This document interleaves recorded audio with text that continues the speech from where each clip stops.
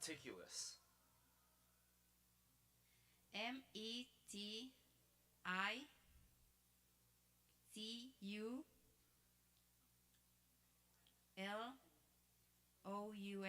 Meticulous.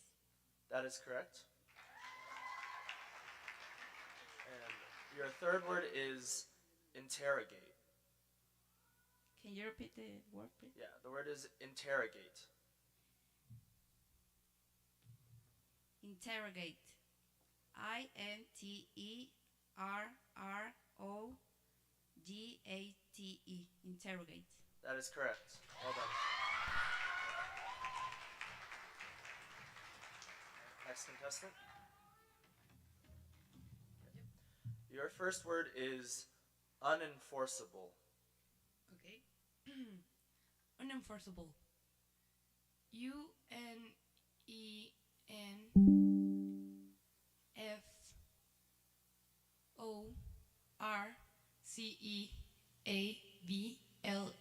Unenforceable. Unenforceable. That is correct. Your next word is precocious. Can you repeat it, please? Yeah, the word is precocious. Okay. Precocious. Precocious.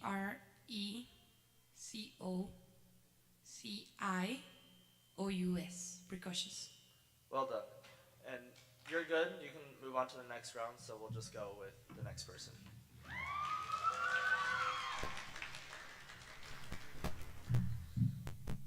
All right.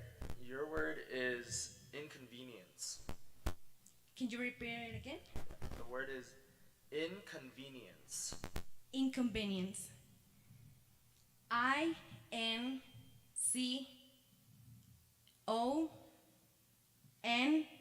INCONVENIENCE. Inconvenience. Well done. Correct. Your next word is inevitable. Can you repeat it again? Yeah, the word is inevitable. Inevitable.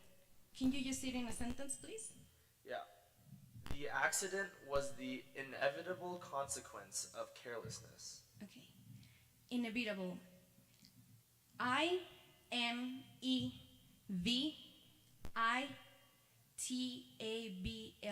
Inevitable. That is correct. Well done. You moved on to the next round.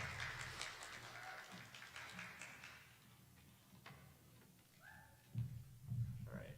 Your first word is example. Can you repeat the word, please? The word is example. Example. AXAMPLE. Example. Sorry, the correct spelling is EXAMPLE. Your next word is freight. Freight. FREIGHT. Freight. Correct. And your third word is muscle. Muscle. MUSCLE. Muscle. Correct. All right. So everyone moved on to the next round. I guess that was easy. This time you must answer all three words correctly in order to move on. So can we have our first contestant come up?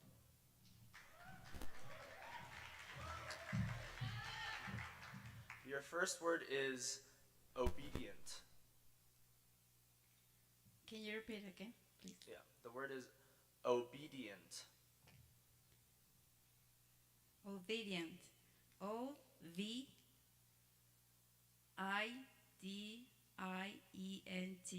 Obedient. Sorry, that is incorrect. Thank you. Next contestant. Your first word is supervisor. Okay. Supervisor. SUPERVISOR.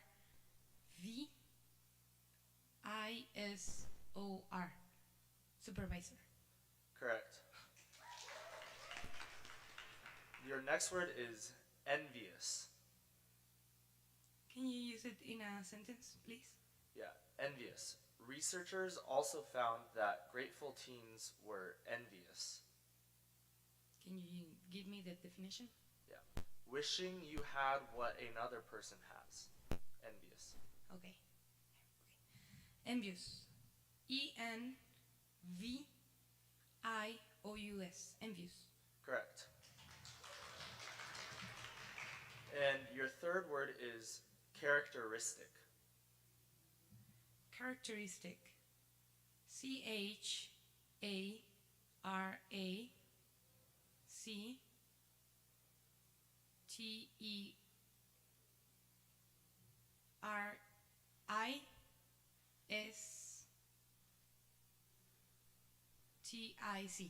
Characteristic.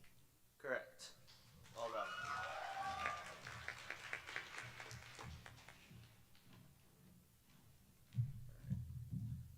Your word is venom. Can you give me the definition? Yeah, venom. A poisonous liquid that some snakes, insects produce and can put into another animal's body by biting or stinging.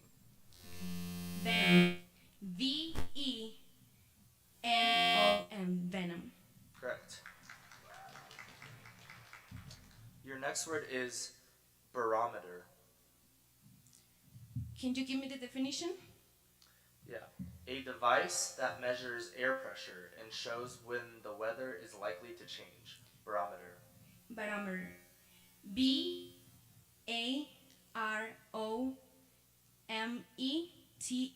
Barometer. Correct. And your last word is omitted. Can you repeat again? Yeah. Omitted. Can you give me the definition, please? To leave out or leave unmentioned. Omitted. OMITTED. Omitted. Correct. And our last contestant. Okay. Your first word is obscure. Obscure. OVSCURE.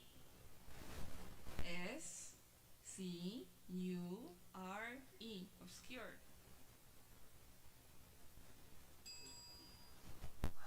Sorry, it's OBSCURE.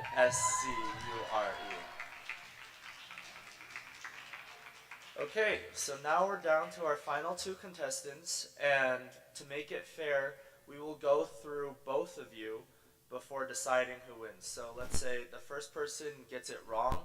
If the second person also gets it wrong, then both of you will go again. So one person needs to get it right and one person needs to get it wrong in order to have a winner. So we'll start again with our first contestant.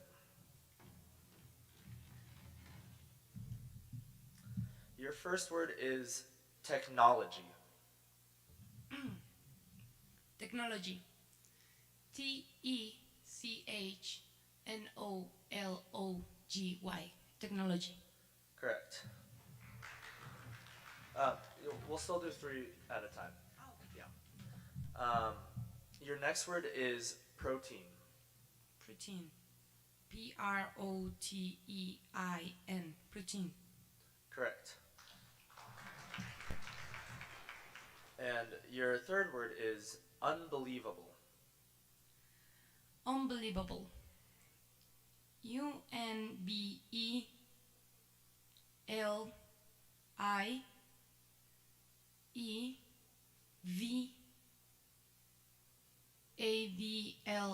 Unbelievable. Correct. Well done.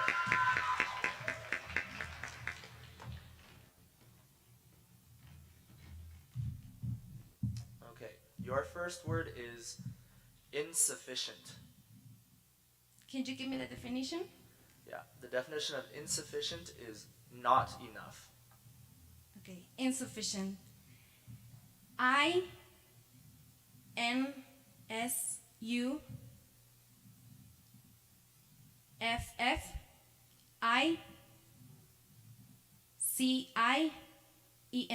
Insufficient. Correct. Your next word is snobbery. snobbery.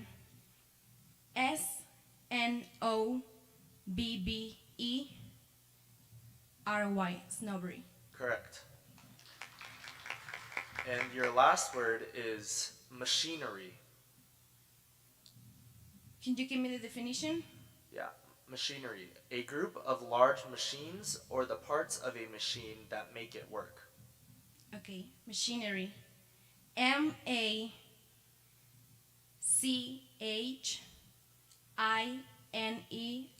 machinery, machinery. Correct. Well done. All right. And we'll keep going. Okay, your first word is fibrous. Can you give me the definition? Yeah, fibrous. Made of fibers or like fiber. Okay. Fibrous. Fibrous. Fibrous. Correct.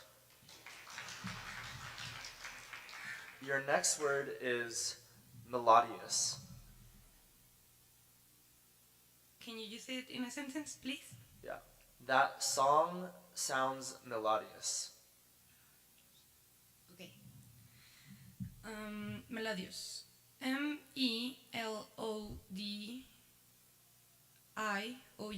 Melodious. Correct.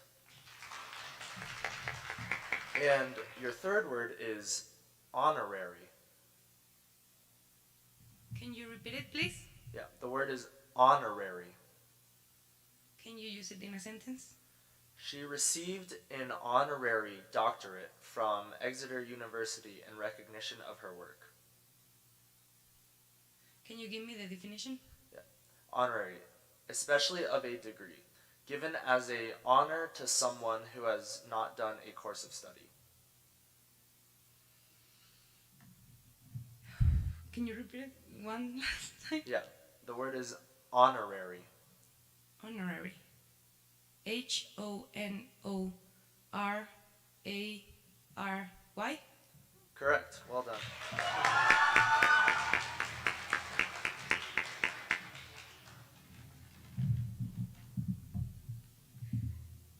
Okay. Your first word is incredible. Incredible.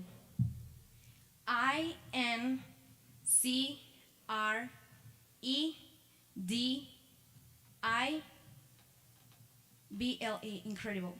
Correct.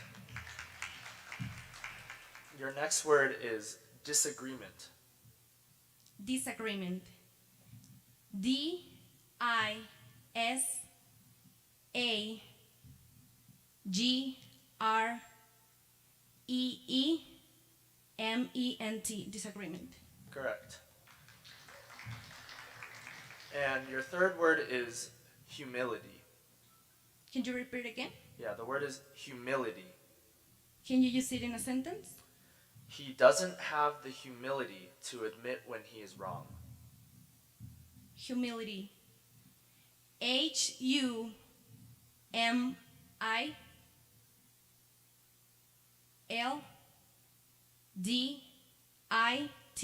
Humility.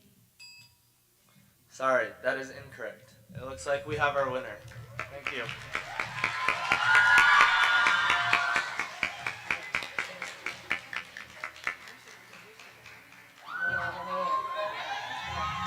Congratulations.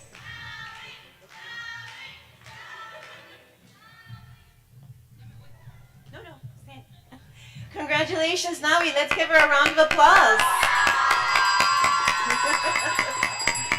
All right. So can we have our contestants' prizes? So first place we have Nawi. Second place we have Lucila, and third place we have who was it? Who's the third place? Lisette. That's right, Lisette. Come on, ladies. Come on up. Let's give them an applause.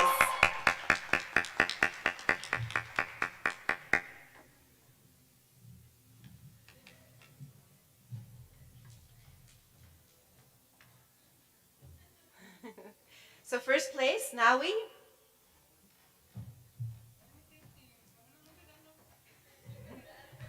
Bravo. Second place, Lucila. Again, bravo, come on. Let's hear it for them. And third place, Liz. Bravo. Well done, ladies, well done. So, thank you. We can walk down now. Thank you very much. Thank you. On behalf of the Benemérita and Centenaria Escuela Normal del Estado, I'd like to thank all the people who helped organize and carry out this first spelling bee contest. I'd like to especially thank my little bee helpers and all of the first grade group of the English major. Thank you, guys and gals. Thanks to our judge and MC, Victor Hugo Vasquez. Thank you. And to Alan Samuel Chen, thank you very much for their great help. Okay. We are also very pleased to have had the Escuela Normal Superior of Jalisco and Escuela Normal Superior del Estado de Querétaro as guests and participants. We hope to be able to continue collaborating in future events which may help our students continue growing and also to allow us as teachers to future develop our practice. Thank you very much, everyone, for your participants, for your attendance, and for your cheers. Thank you.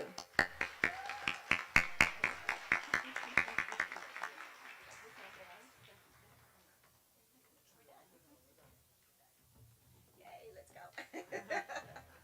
Oh, one more.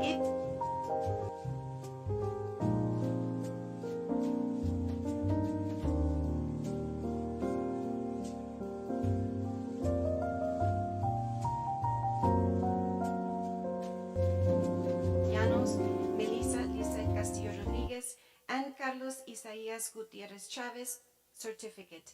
Please come to the Little Bee Helpers. They have your certificate. Thank you.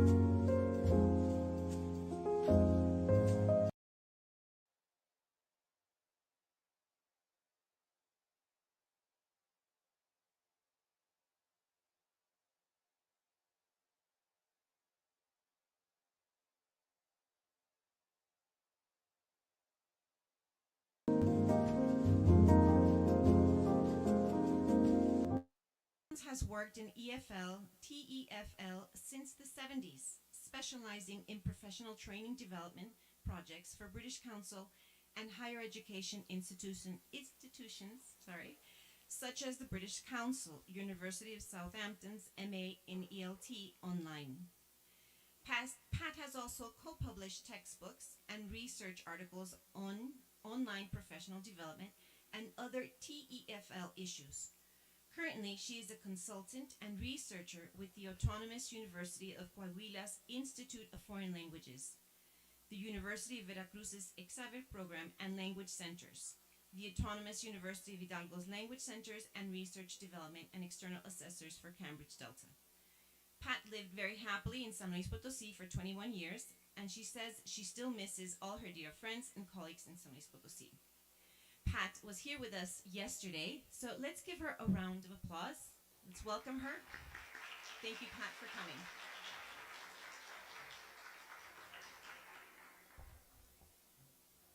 Thank you, everyone. Let me just, can you hear me? Can we have some more volume, maybe? El volumen? Is that okay? No. Okay. We need more now. Is that okay? 1, 2, 3, 25, 93, 642. Okay. We're okay. Thank you, everyone, for coming back. I'm going to assume that you're sitting at the back because you can see better, not because you're planning to go to sleep and have a little nap. Okay. I won't ask you all to move now because time is important, and I decided to stand today because I can avoid the lights and I can actually see you a little better. So again, I usually like to interact more. However, because they're filming the session, I think it's more convenient for them to be here. So thank you all again. Thank you to the authorities, thank you to the teachers, and most of all, thank you to you.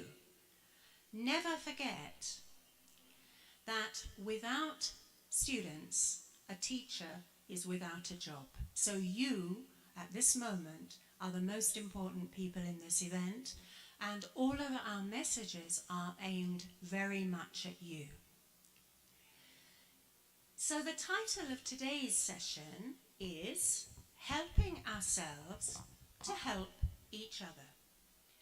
And this is not a very academic talk, but I think I made it clear yesterday that to me, I think before we start worrying about the academic aspect, we have to think also about people's well-being, bienestar. Well-being is a very, very important aspect of learning. Some of you will be familiar already with Krashen's work on the affective filter, as he calls it.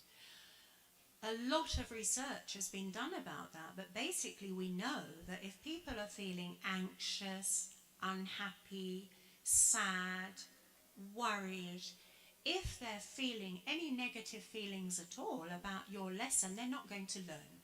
So you can be teaching and teaching and teaching, but they will not be learning, learning and learning.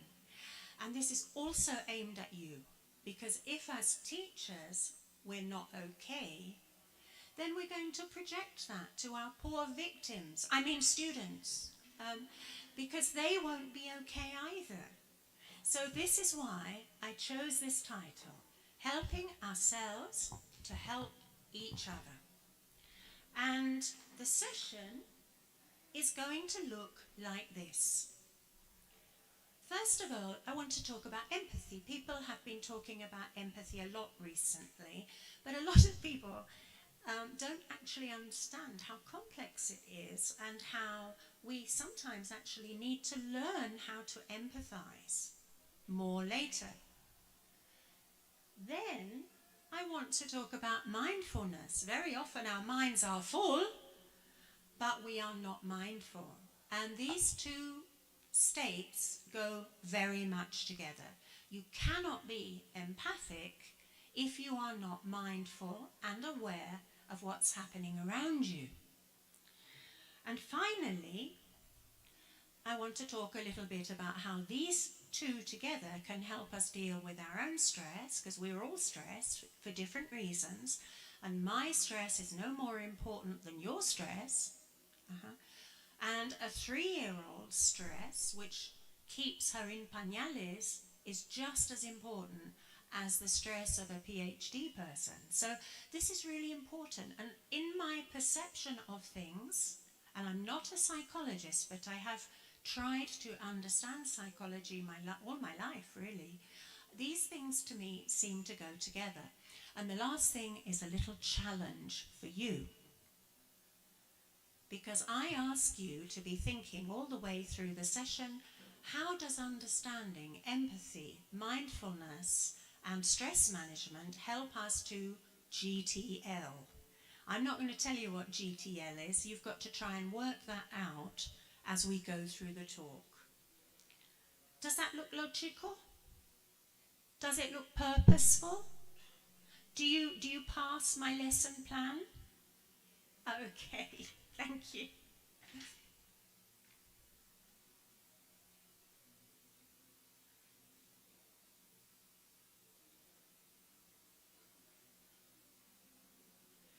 So the first message is empathy before advice. Just for a few seconds, I want you to talk to each other. Talk to each other about someone you know who has been in that situation recently and how you responded. Just for 1 minute. Talk to somebody who's beside you. I want to hear you.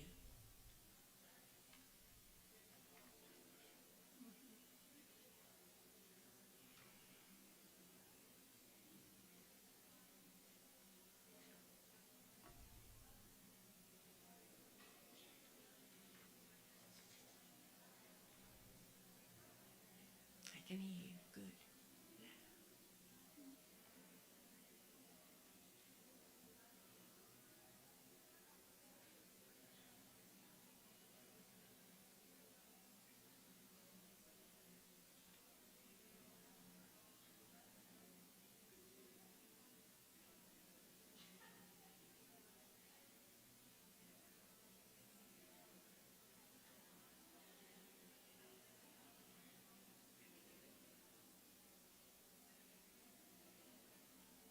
Okay.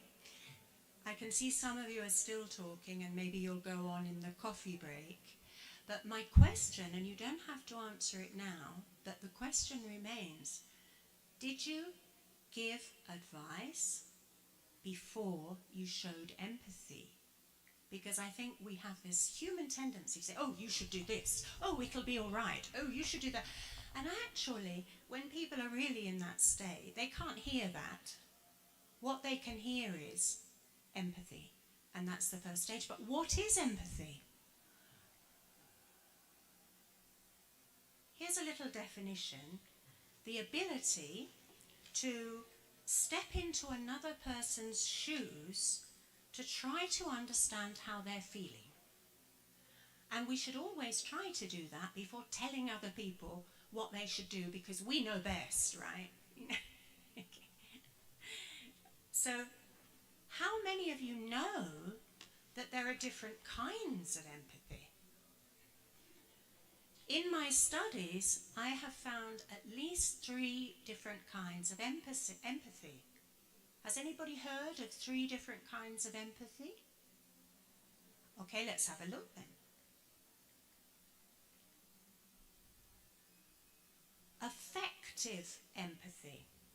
This is probably the one that we all know best. It's the ability to feel what somebody else is feeling. Okay? It's to do with emotion. Maybe you haven't been in their situation, but you make yourself imagine their situation and you try to feel what they're feeling. And this is important. You're not feeling what they should be feeling, because they're you're judging already. If you're I see, I'm closer now. If you're trying to feel what you think they should feel, then you're wrong. You have to try and feel what they're really feeling. Then there's cognitive empathy. Now, cognitive empathy is about reason. It's about trying to rationalize why that person is feeling like that and what might have caused it. And then the last one, which I think perhaps puts the first two together, is called compassionate empathy, compassionate. And this is when you don't just say, oh, there, you'll be better tomorrow, but you actually help to make some suggestions, or even better, elicit from the other person or from yourself, if it's an internal dialogue, some concrete suggestions to try and improve the situation. So I don't know about you, but I found that really interesting, because obviously as human beings it's important to empathise, but as teachers it's even more important to empathise. Why? Because any kind of relationship with our family, with our colleagues, with our students, with our children is really important. It is really important that it's based on empathy and also on being compassionate. An interesting piece of data here about being compassionate is the fact that 98% of human beings, according to a bit of research that I read, are able to empathise, but some people have to learn how to empathise, and those of you who have worked with students on the autistic spectrum know very well that some children have to be taught how to empathise, how to interact, how to respond. And there are lots of different reasons for this, and we'll look at those in a second. Another thing that's important about empathy is that as human beings we tend to empathise with people who feel like we do or who are like we are, because that's easy. What's really difficult is to be faced with someone who is totally different from you, and before judging them we need also to try to empathise. This is the only way that we can establish better communication among human beings. We're all judgmental. Oh, God, he's covered in tattoos. Or whatever, I'm sure there are some people here. I actually like them now. I didn't when the fashion started. I thought it was something that belonged to ethnic groups, and I didn't understand about other cultures like youth culture and so on.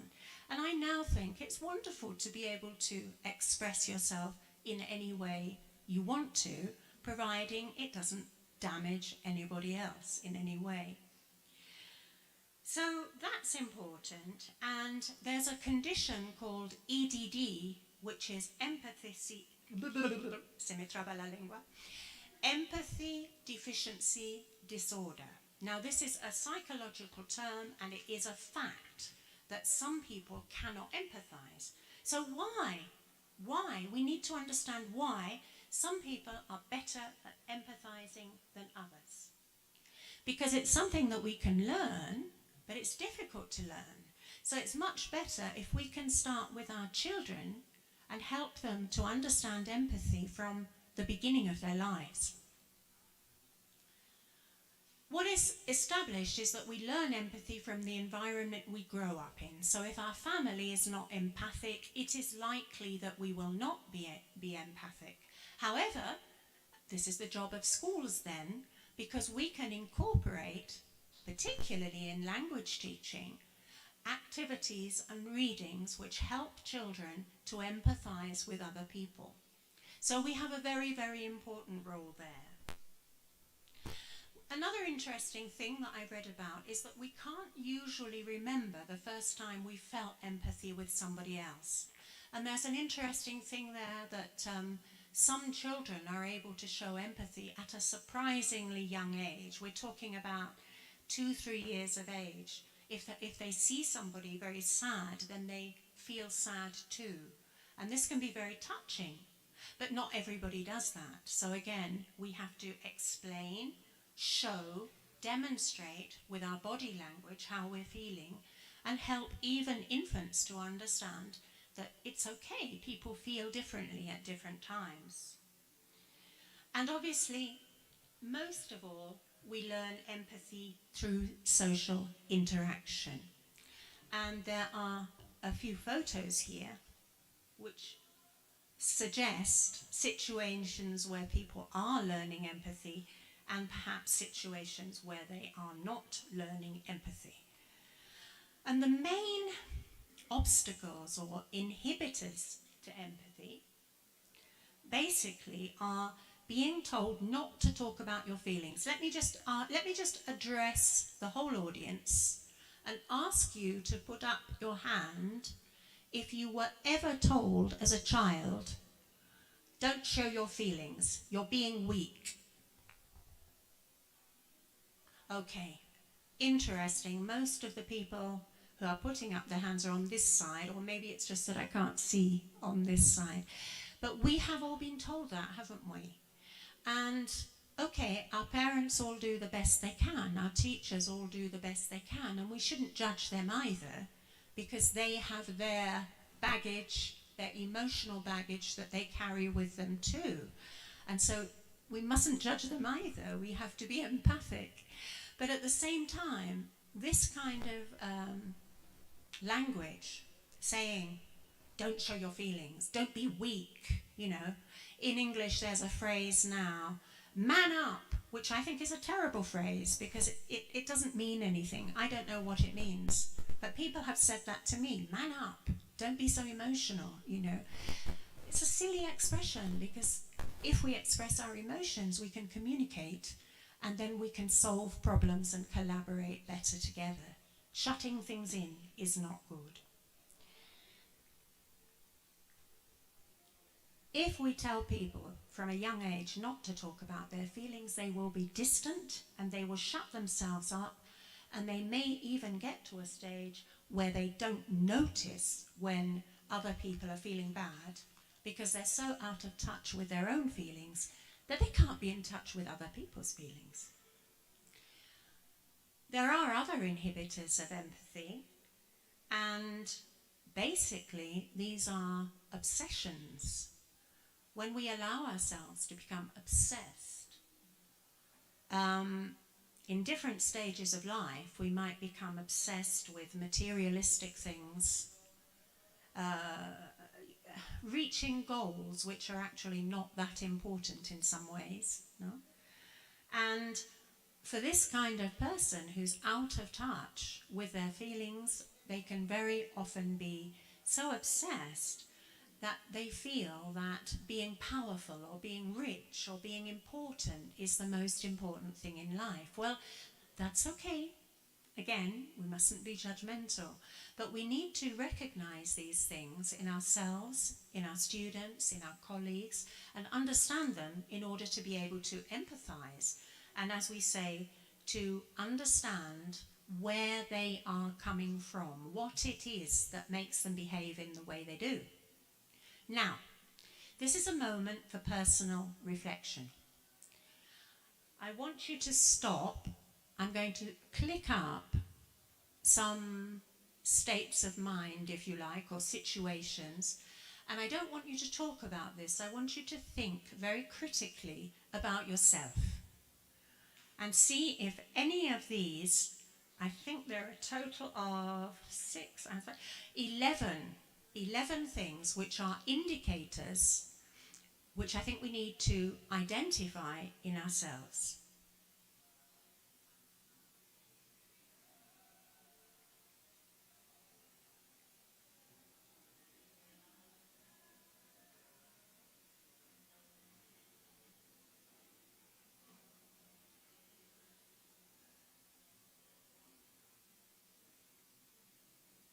Now, I'm not asking you to reveal your soul, but can you just put up your hand if sometimes just one or more of those things describe you? Thank you for being so honest. Thank you, because I include myself. We forget, don't we? And sometimes we can be like this. Let's go to the next slide. There's another 6 things.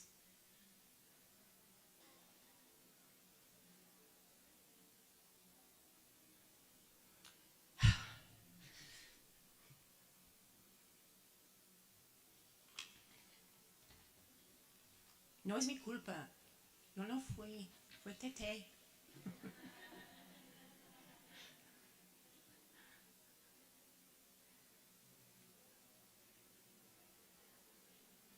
Pues mira, es su problema, no es mi problema. Algo habrán hecho para que les traten así. Es que no trabajan.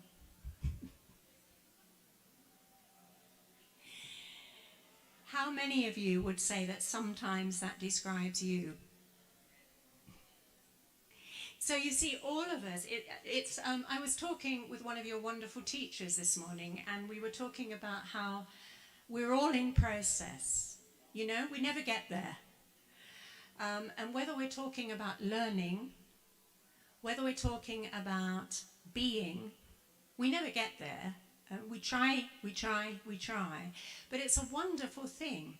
And when you do come up with people who feel as if they know everything, are everything, have done everything, it's sometimes not actually a very positive experience.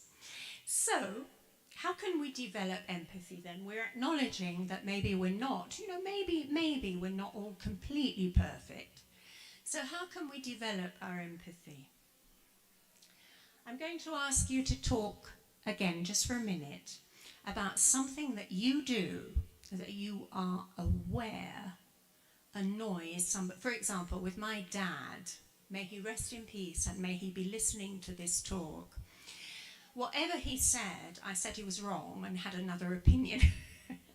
But there was a reason for that, because when I was a little girl, I'm an older generation from you, and I was told to be quiet because I wasn't old enough to have an opinion. So as I grew up, I had more and more and more opinions, and I made jolly sure that my dad knew I had opinions. Sorry, Dad. So talk to somebody near you about something you do that always annoys someone you care about, and then try to think about it from their point of view. How does it make them feel? Okay? And talk about how they feel when you're being a pain in the neck. Okay? And don't judge, just try to describe how you think they feel when you're being annoying. Just give you a minute to do that together. And don't tell me you're all perfect and you never annoy your mum or your dad or your children or your boyfriends, because I won't believe you.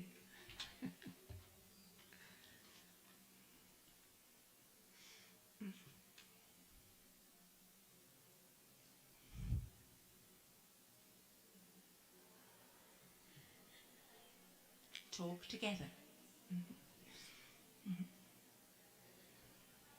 Ah, now I can hear.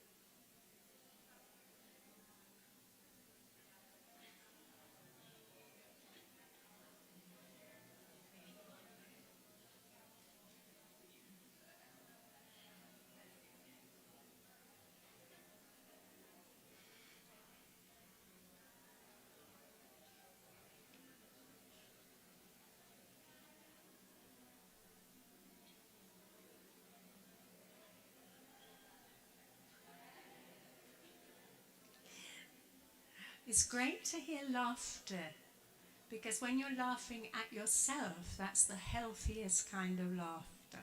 When you find the ridiculous in yourself, you begin to grow and you begin to become more empathic. Okay, let's go on then. And I hope you'll continue to talk about some of these ideas when you're free, perhaps on the bus, on your way home. And let's think about some very, very simple ways of developing empathy. Obviously talking about how you feel, reassuring people, helping them, eliciting other people's feelings and in your own head analysing without over-analysing, but analysing your own feelings and trying to find out for yourself where all of these perhaps negative feelings come from. You know? Another great way to learn to empathise is reading. I know it's... people say that young people don't read today, but I don't think it's true. I think you probably read more because you're constantly in the internet, and so I'm a great supporter of people, of young people who read a lot on the internet. But the issue is, what are you reading? Because if you're reading information all the time, that may not help you to empathise. If you're reading sometimes biographies, or if you're reading fiction, and if you're actually trying to get into other people's minds, I think it's a wonderful way for yourselves of trying to develop your empathy, trying to understand why people behave in the ways they do. And then, of course, if you understand it better, you'll be able to help create activities in your classrooms which help children to develop empathy. I believe there is an empathy deficit in the world today. I'm not the only person who thinks that. In fact, the term empathy deficit comes from psychology. I mentioned it earlier. And I believe that as a human species, we need to be working on the improvement of our empathy for diversity. When I say diversity, I mean people with physical incapacities, people who have been disadvantaged, as I said yesterday, who have not had equal opportunities for education, people with whose gender definitions are fluid or different from our own, or whose preferences are different. We need to understand and be empathetic about the fact that difference exists and it's not to be judged.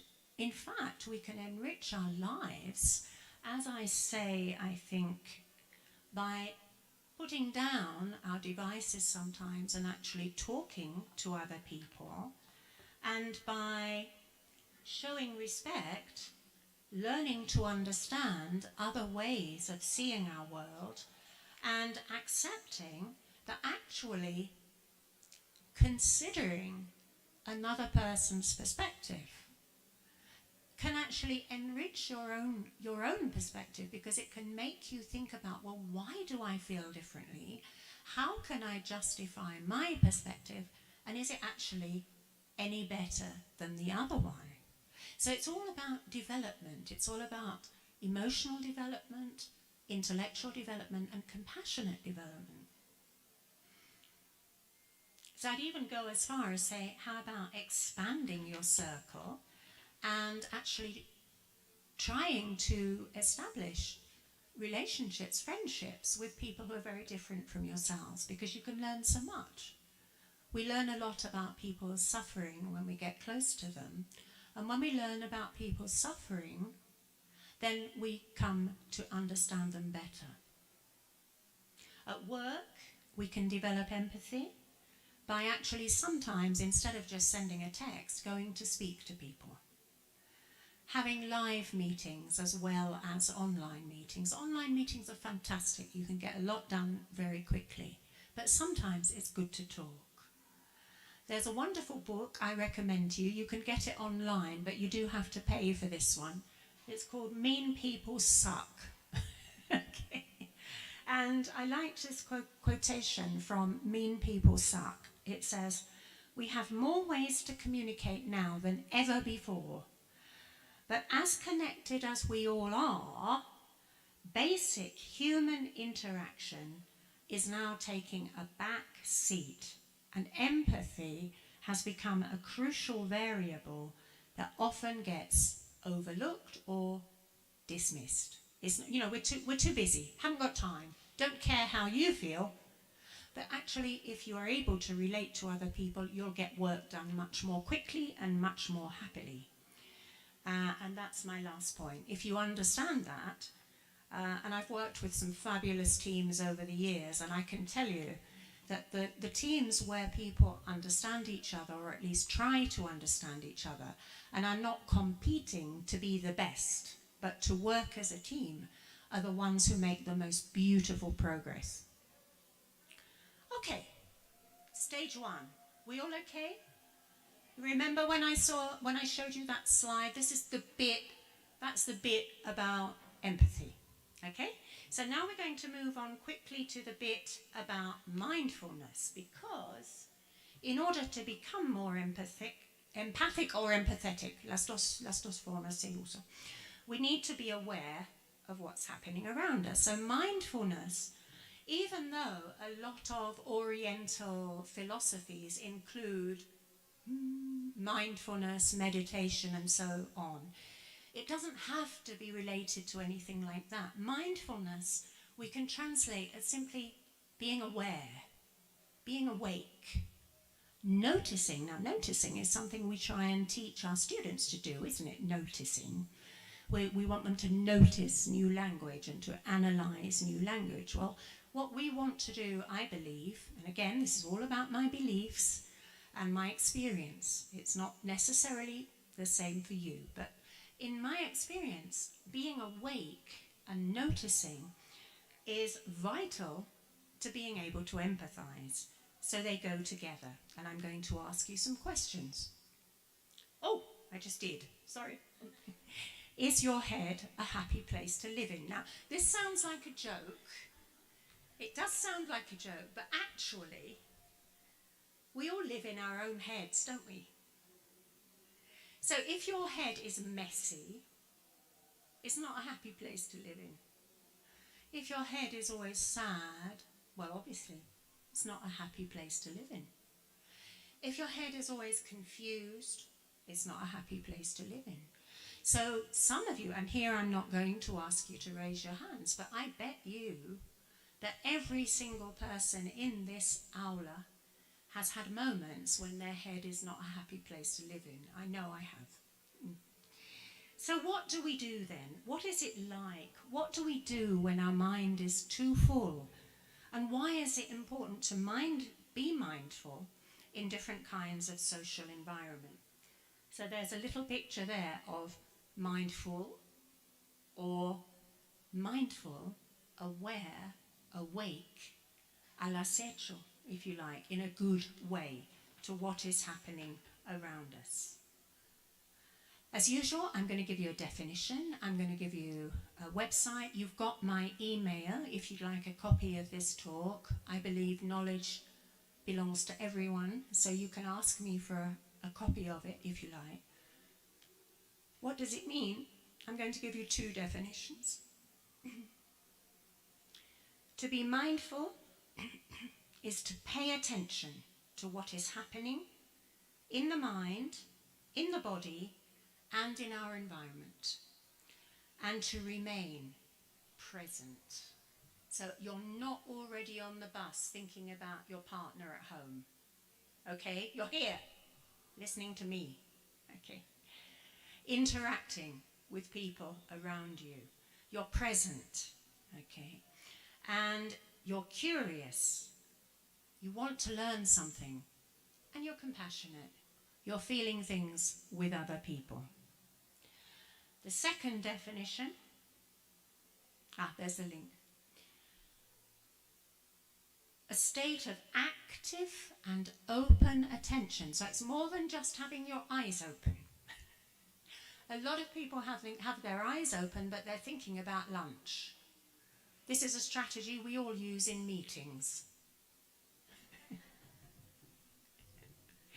So, mindfulness is a state of active and open attention to the present.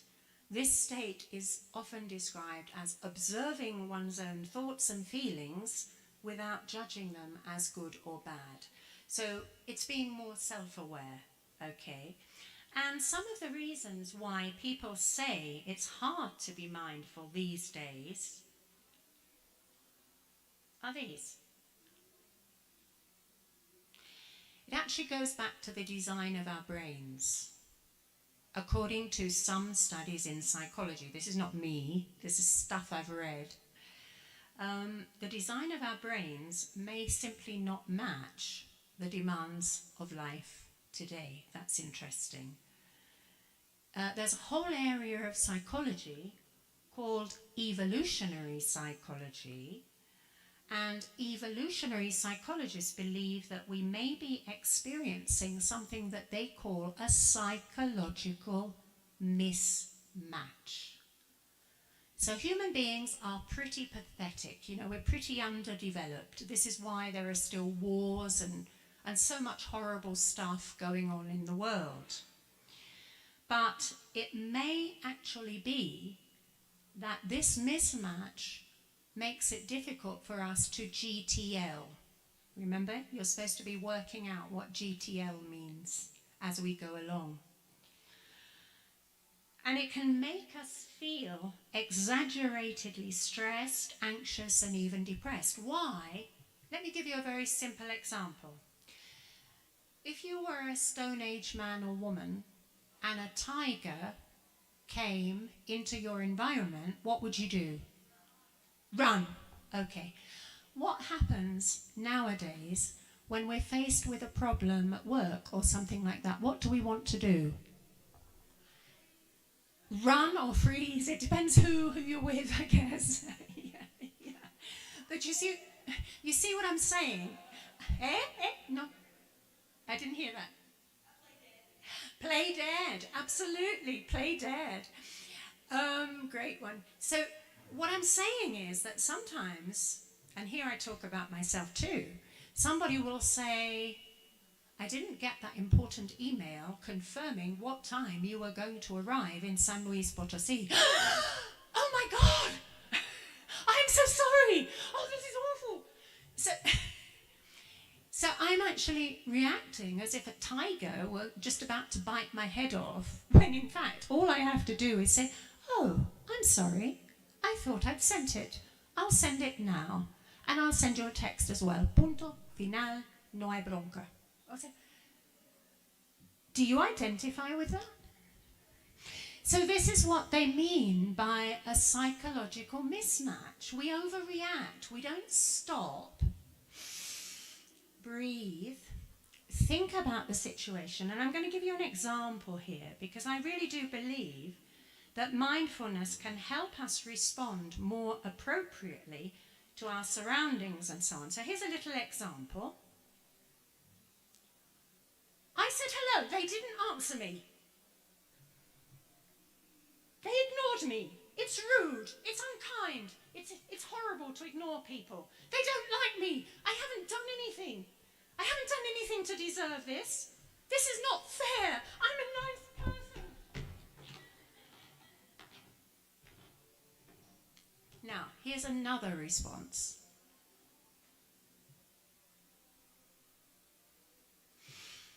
Same experience. I took a deep breath and I thought for a minute.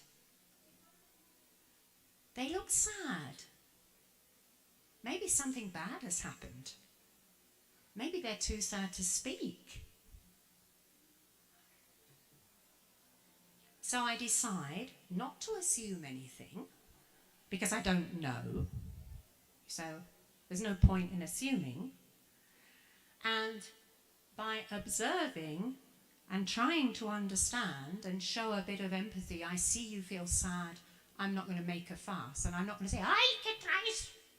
And I'm not going to start being, ay, qué feo, siempre estás así. O sea, I'm not going to do that. I'm going to just wait and see. And it doesn't hurt them and it doesn't hurt us. It doesn't hurt you to just wait and see what the problem is.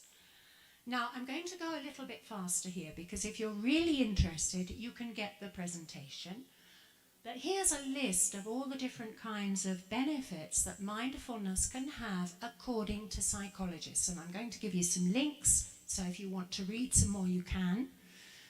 But you can see that there are psychological benefits, cognitive benefits, because if we're awake and not just eyes open thinking about lunch, we'll actually learn more, you know. And physical things too, because your mental state affects your physical state. And if you feel bad, I know I've been there so many times. My life is a spiral, you know. I make the same mistakes 10 years later. But I hope to get better as I go. And if we feel better here and here, yay! We feel better here. We can do anything we want to do, you know. So we need to keep ourselves fit, mentally, emotionally, and physically. I'm not going to do the next thing because of time, but again, in the listening game, you can follow those links, and there's a game you can play with children to actually start to help them to be more mindful. And there's so much stuff out there on the internet that you can find for all age groups to help them develop mindfulness. Okay? So I'll skip that and basically summarize by saying mindfulness means being awake, and it means knowing what you're doing, and that comes from a very clever man who actually acuñó the term. He coined the term mindfulness. And I would add that we also need to be asking ourselves why before we do things, and not just being impulsive all the time. So rounding up this bit of the talk, if we are more mindful, we can be more empathic with others and with ourselves, so that we're not always beating ourselves, you know, because most of the things that we feel are absolutely normal. Whoever you are, whatever you are, most of what you feel okay is normal, is okay. In fact, the word normal shouldn't exist. It simply is. So what you feel is valid, okay? And what your children feel is valid, okay? And what your colleagues feel is valid, unless it's directly damaging to other people and to yourself. So we can be more empathic with others, we can be more understanding of others, and we can understand and manage stress better. Now, let me just, a couple things. So if we're more empathic, then we start off every day as being kinder people who are able to interact and collaborate better, right? And we can model that for our students. If we are more mindful, we can notice what's going on, and then being more mindful, we can show more empathy, so they're interrelated. And everybody lives under stress. I showed you those pictures of stress, and a definition of stress, next bit, okay, section 3, flowing in, nice transition, okay. We have a state of worry or mental tension which is caused by a difficult situation, like coming up with a tiger en la comer. Are you listening? Obviously, I'm being figurative here. We don't come up with tigers en la comer or en la bodega obrera or en el super. But we come up with situations, don't we, that make us behave as if we were facing a tiger. No. Ask yourselves that sometimes. Am I facing a tiger, really? Okay, anyway. So stress is a natural human response that tells us to act and do something quickly in response to issues, to something that's happening. Everyone experiences stress for different reasons at different moments, but stress is something which is common to the human species. It may be because of this psychological mismatch. It may be because we say yes to too many things and don't give ourselves space to care about other aspects of our lives. The way we respond to stress, of course, has a very big impact. I mean, I know that sometimes when I'm stressed, I sort of snap at my husband and say, no, I can't. And I say, oh, I'm sorry. I'm sorry, I didn't mean that. I'm not angry with you. It's just that I've got to finish this, and I have to send this talk tomorrow. You know, I have to do it. Sorry, I've moved away from the mic. Okay, so it makes us respond in different ways, and you can read a lot more about that there. As I said to you yesterday, I mean, it's all out there. You don't need me to tell you. but maybe I'm giving you some pointers to bits that are interesting.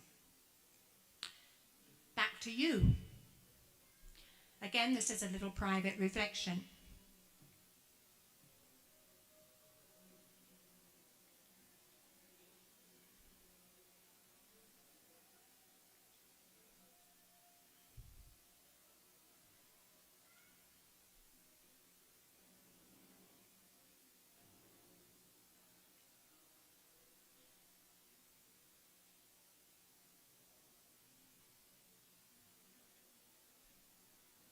Oh, that appetite thing. I always eat more when I'm stressed. I sort of go like that and that and that and that, according to my stress levels.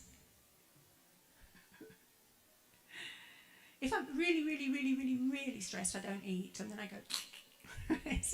If I'm a bit stressed, we're all different, but it's okay. Okay. So I won't ask you to talk about yourselves, that's a very personal thing, but I bet some of you are feeling stressed at the moment for different reasons, no? And you need to recognise that and deal with it, my dears, because it won't go away unless you deal with it. Okay, and so you can analyse it through being mindful, and you can look for empathy, and you can find compassionate empathy to help you to deal with it. See how they're all linked? You can't see this very well, can you? The lights are so bright. So signs of stress then.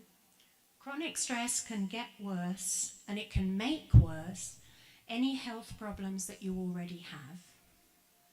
It might make you want to drink more, or to smoke more, or to use whatever you use, food or whatever substance you use more. It can cause mental health conditions, anxiety. If you're anxious, that's a mental health condition, and I'm so grateful that nowadays we can talk about that. I mean, when I was a girl, they used to say, oh, pull your socks up. Everybody has problems. Pull your socks up and get on with it. Okay, right, I'm sorry, I feel bad. And then you get worse and worse and worse. If we already have a mental health condition, stress makes it worse.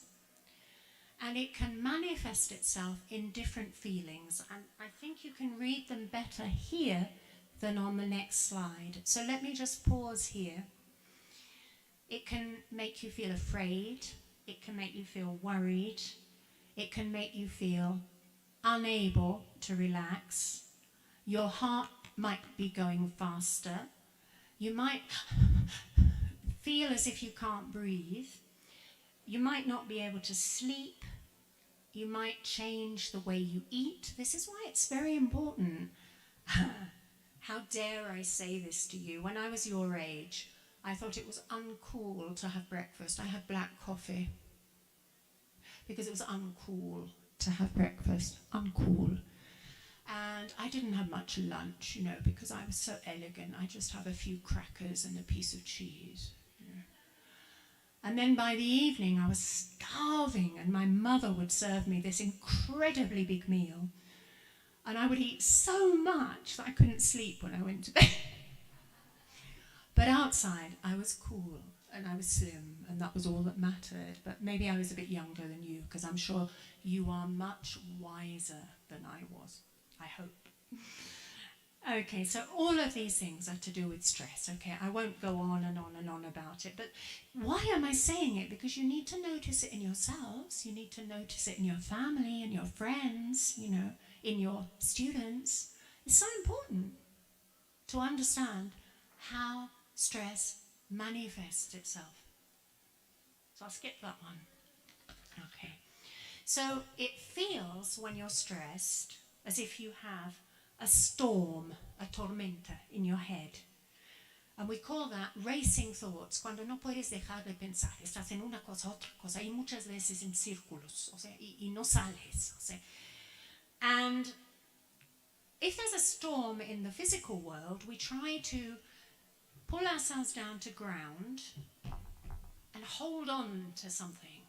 And it's the same thing psychologically. We have to get back to ground. And this is why in psychology there's a concept called grounding.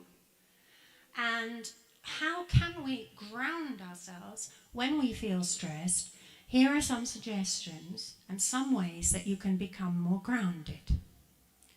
Now again, these are things that are not unfamiliar to us, but we forget because we allow ourselves to become so busy, so stressed, and we give our students so much work that they forget about these kinds of aspects of their lives. So in order to ground yourself when you feel that you're becoming a little bit overstressed, you can go and walk. Some people say you should take your shoes off and touch the grass with your feet, as long as it's not freezing. I wouldn't recommend that. Some people do, I wouldn't.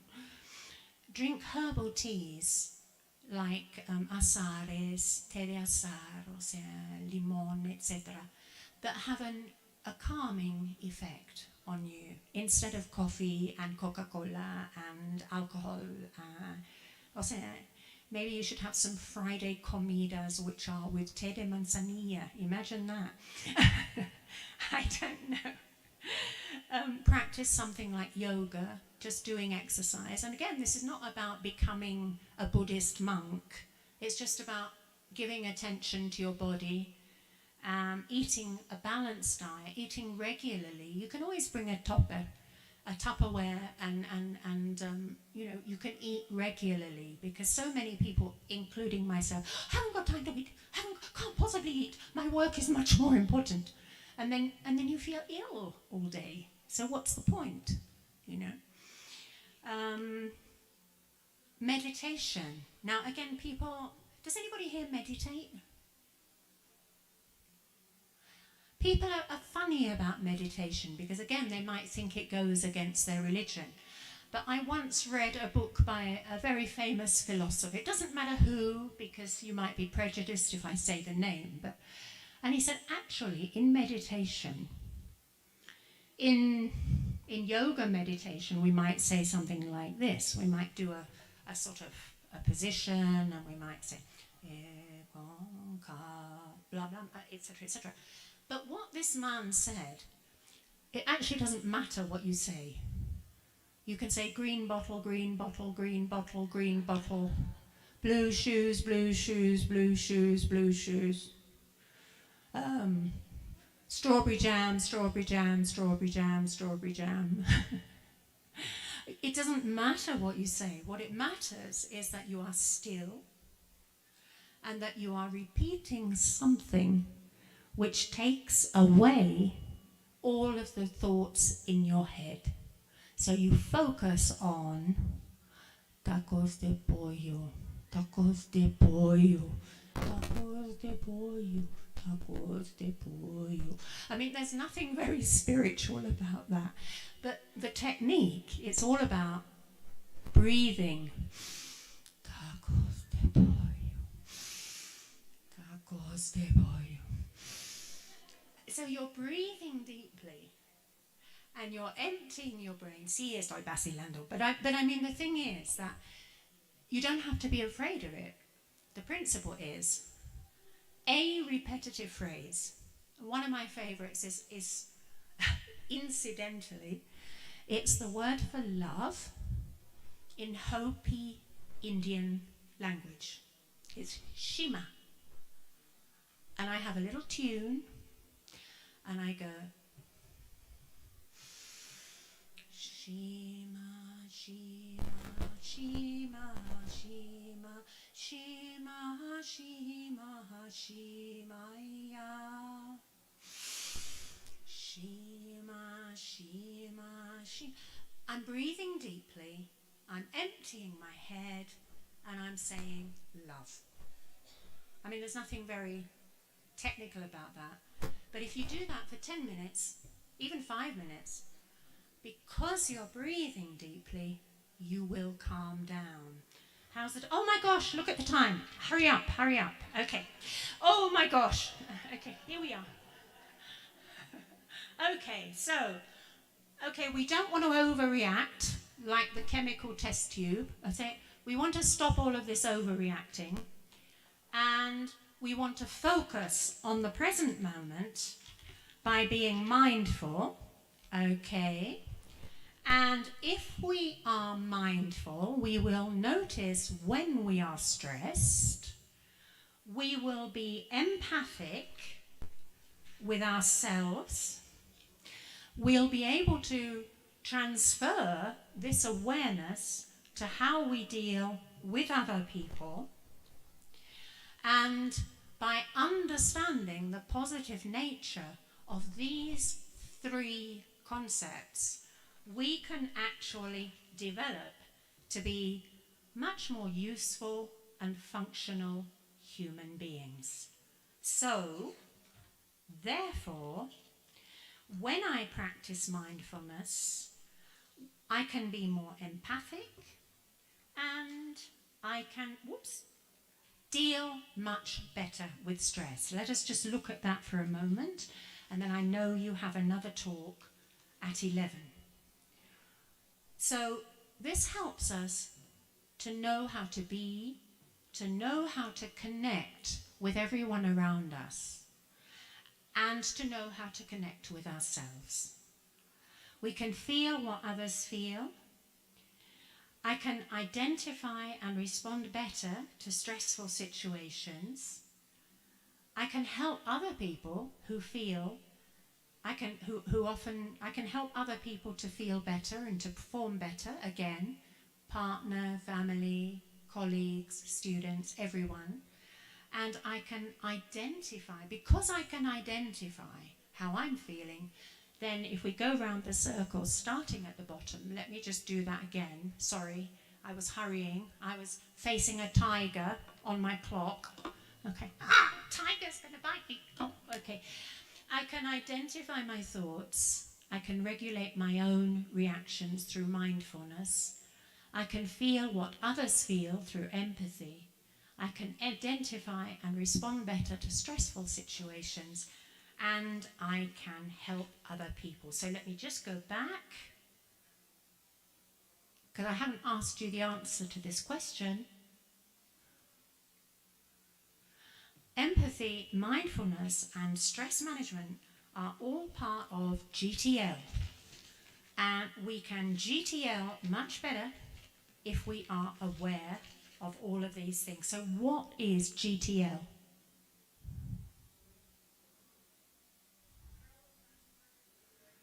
Lovely, lovely idea.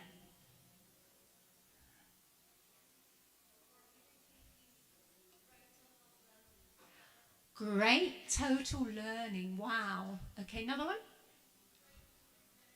Great teachers learning, yeah. Well, when I wrote this talk, I thought I'd tease you a little bit because I was just thinking of getting through life, and I have more experience of that than you do. Okay. References, thank you very much. Have a wonderful life. Okay. Love you.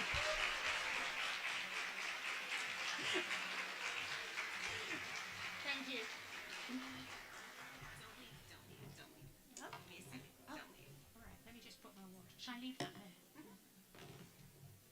I'm sorry about the microphone. I'm not very good with it. On behalf of the Benemérita y Centenaria Escuela Normal del Estado, I'd like to extend our appreciation.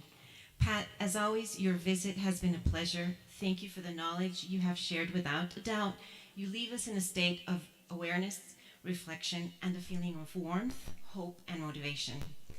I have mentioned this before, but I am more than happy to repeat it. Pat, you have always been a role model, a friend, and mentor. I want to be just like you when I grow up.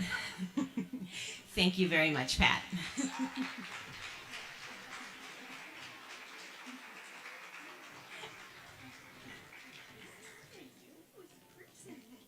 it a t-shirt? And this. Thank you. Let's give her applause. Thank you. No, thank you. No.